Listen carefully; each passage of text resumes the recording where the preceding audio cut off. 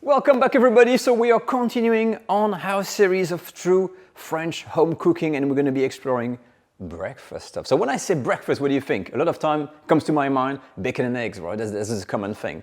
And I've discovered that little recipe here where we're going to be making bacon and eggs with cheese, but not in a pan, but in a pot. So I've got everything here. I've got some beautiful eggs, I've got the bacon, I've got the bread, I've got some cream in the fridge, and we're all ready to make this. The best thing of all though, don't stop here, because bacon and eggs is just the beginning. You can use this with dozens of filling. Let's do it.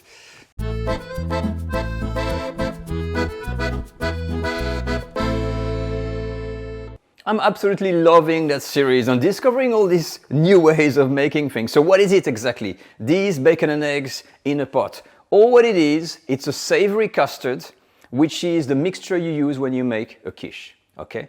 So the home cook in France, what they've done, they've made the custard, so you got the eggs, you got the cream, you got bacon, you got cheese, and instead of making the pastry and everything, making a whole tart, they pour everything in there, in a ramekin, and cook it in a bain-marie. So in effect, what you're getting, it's a quiche in a pot. So if you love quiche, you're gonna love this. And for the toppings, like I said, exactly like a quiche, you can use any toppings, your favorite ones that you use when you make quiches, and transform this into that kind of eggs in a pot recipe. It is brilliant. I will give you all the ingredients for 4. I'm just gonna make 2 for the demonstration, and I'll give you also the size of the ramekin I'm using. This is the perfect size. Not too big, not too small. Let's go, let's do the recipe.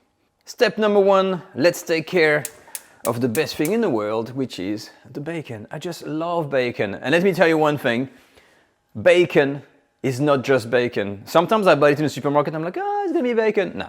I got this from a delicatessen shop. It's like this triple smoke, superb quality pork bacon, and oh, the taste is different, the texture is different, it is juicy, it is fatty, it is salty, it's got all these things that you want when you want this kind of bacon and eggs experience. So all what we're gonna do, little pan here, I'm gonna wait for it to be a bit hot, and then we're gonna sizzle this kilo lardons. I've cut everything in little kind of lardons, and we're just gonna cook them in there.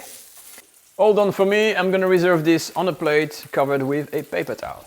So on the paper towel, just to absorb the excess of fat, but you want to leave some fat, fat is good. So up, then on the plate. And now the cheese.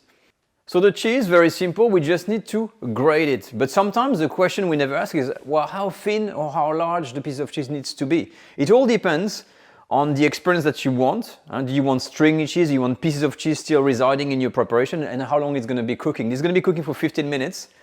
And I'm going with that kind of medium grating. I don't want it too thin so that it's going to disappear. I want to keep some texture. And that is the perfect size for this preparation. But here we have it. Your breakfast is coming up, guys. Look at this. We've got the eggs, we've got the bacon, we've got the cheese, and we've got the cream. Or what's left to do now is to assemble. Let's go. So how do we make this?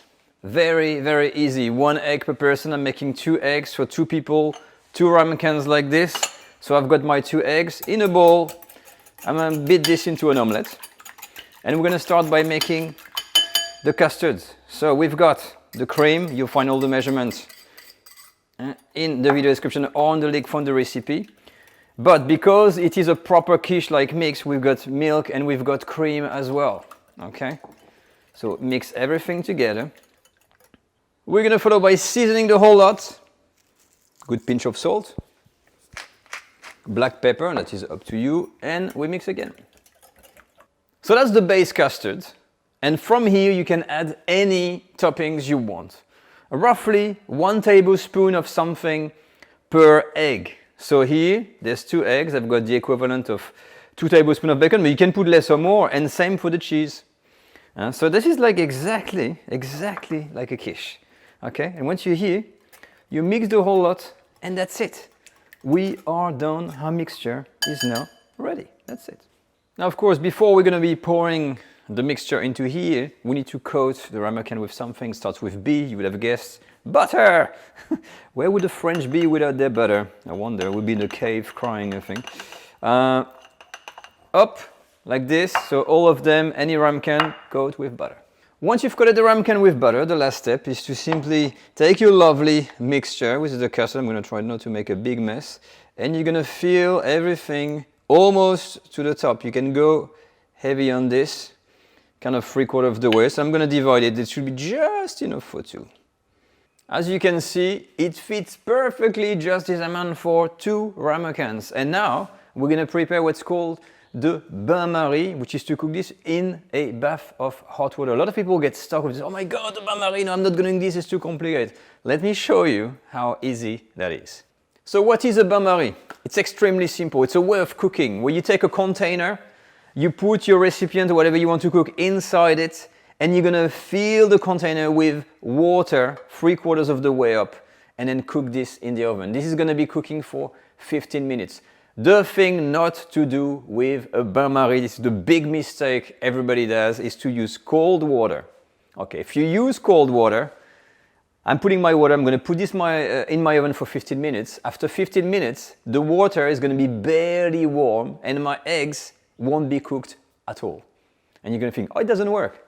So what you need to do when you get like a short cooking times like this, you're gonna put your kettle on, you're gonna boil the water, and we're gonna be pouring boiled or boiling water into here. So that's when we put this in the oven, it is immediately hot and it's gonna start cooking immediately, and then everything is gonna be cooking. If you follow this guideline, you're gonna see it works perfectly.